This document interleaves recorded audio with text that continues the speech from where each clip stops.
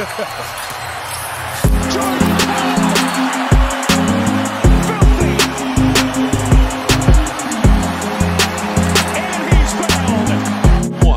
the 2-minute mark of the third. Oh, JP! Stop it! It's a pool party. The NBA is cooked. This move should not be this smooth. Man, Jordan Poole is a problem. They might as well hand the Warriors the 2023 Larry O'Brien trophy because at this point, it's just a formality. Okay, Swish, let's cool the jets a little bit here. Hey, I know it's only a preseason game, but some things you just know. Jordan Poole looked so good in last night's game, and I'm not talking about his close-ups. I mean, Kid Splash turned up the sliders and started dropping napalms on the Lakers in true Warriors third quarter fashion during the Warriors-Lakers preseason matchup. This is how you respond to a situation.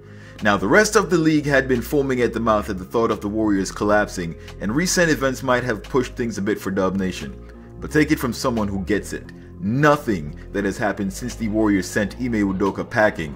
Oh, sorry, that was the Celtics. Nothing that has happened since the Warriors got the 4th chip in 8 years will throw this team off their game.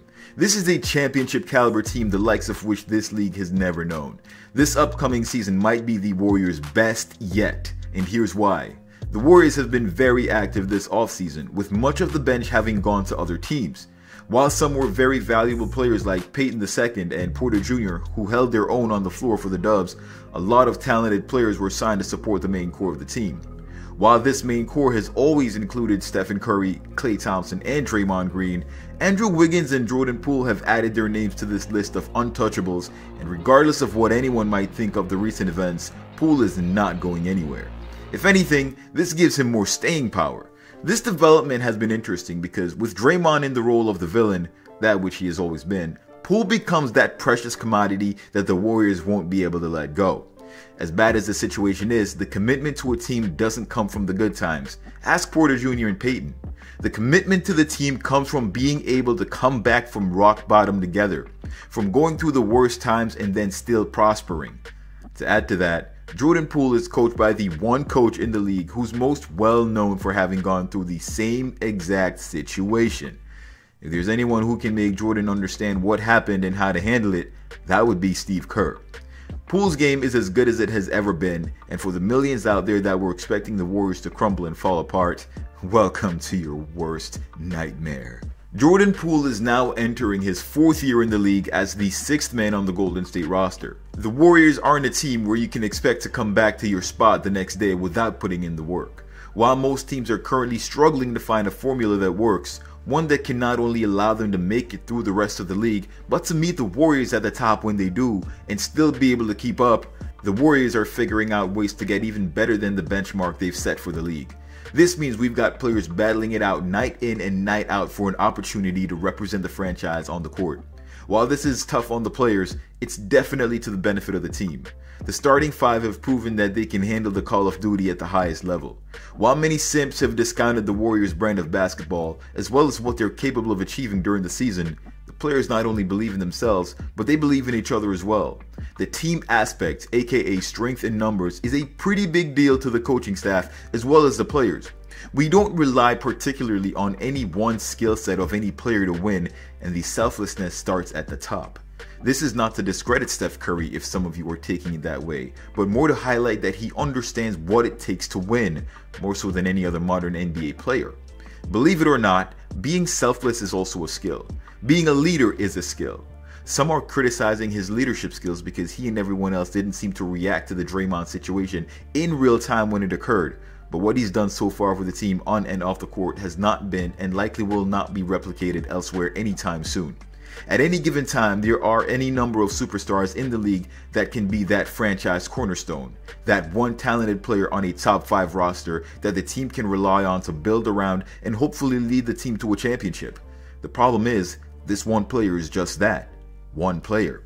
You can see how this is a problem when you need to have 5 players on the court at all times. The superstar is prioritized and team chemistry takes a back seat.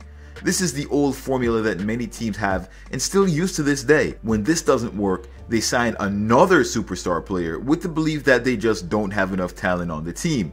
We've seen many super teams form this way, and as a matter of fact, we've seen it happen a number of times where a number of established stars are assigned to a single team in order to pursue a ring. This, in my opinion, is the lamest way to win, and if that's what you did to get a championship or get ahead of the league, then we have a problem. Well, every team in the league is subject to these same drafting rules, and the Warriors have an unfair disadvantage in that they have to pay their players for the chemistry they develop, something no other team currently has to. If this is confusing, let me just explain this real quick.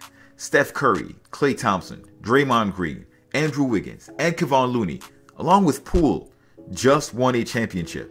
How many superstar names did I mention?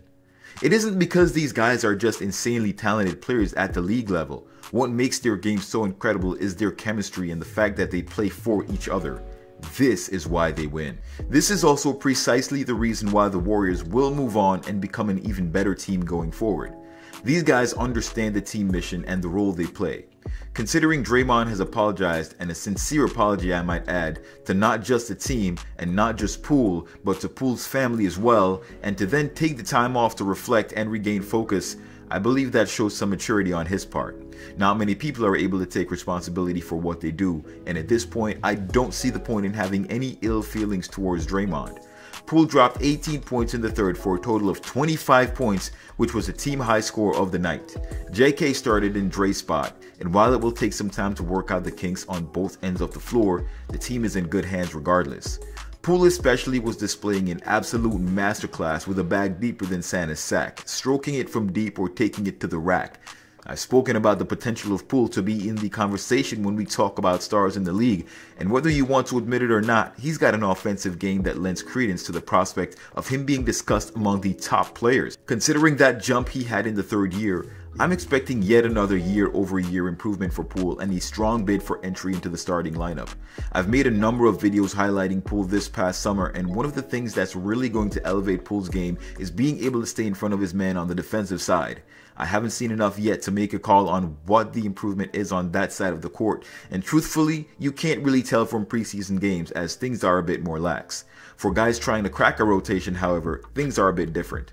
I'll be watching Poole closely this season to check for any improvement to discuss with you guys, as well as how he projects further on. Poole is the one player that is the Warriors' present and future, with Wiggins a close second. Speaking of Wiggins, there are a few things I'd like to talk about with respect to his development. That's right, development with the team, where he stands to gain and how long we can expect him to play at the highest level.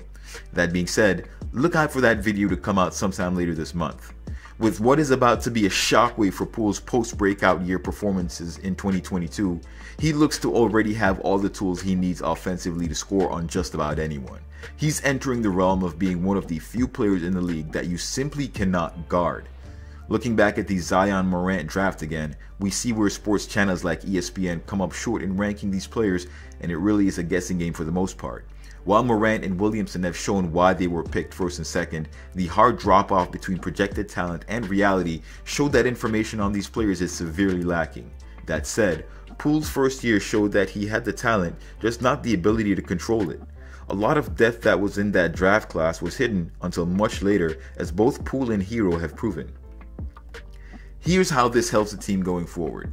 Poole's offensive game development isn't purely relegated to his own shot creation, but his creation for his teammates. This is what truly shines among everything else. It's the prior lack of development in this area that caused Steve Kerr to try to rely on Wanamaker, as well as utilizing multiple secondary playmakers. This is also why the team moved on from McClung, because he was a smaller and less experienced Jordan Poole. With Ryan Rollins coming in at 4 years younger than McClung, the Warriors are trusting that by the time Rollins turns 23, he'll be a lot better than Mac. Unfortunately for Mac, he wasn't as good as Poole and doesn't have the projection of Rollins at the moment, which was just a bad spot to be in.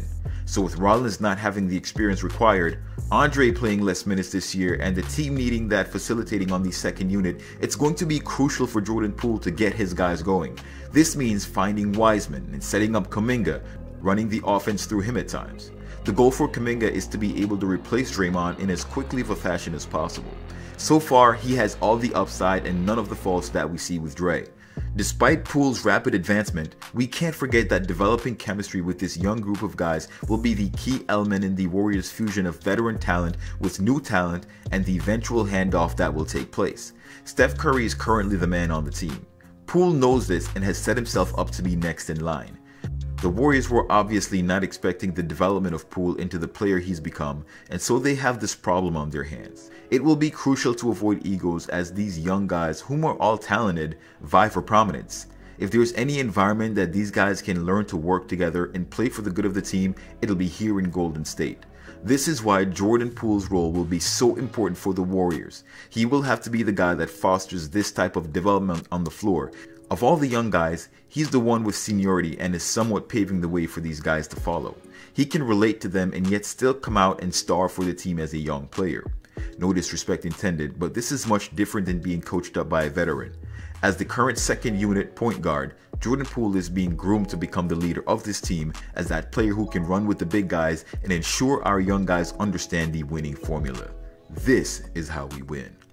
Let me know in the comments below what you think of Poole's importance in the organization. Is he really the one? He might not be as athletic as Kuminga or as big as Wiseman, but does he have what it takes to lead this team into the next era? I can't wait to hear your thoughts on this one. Thanks for watching. Till next time, swish.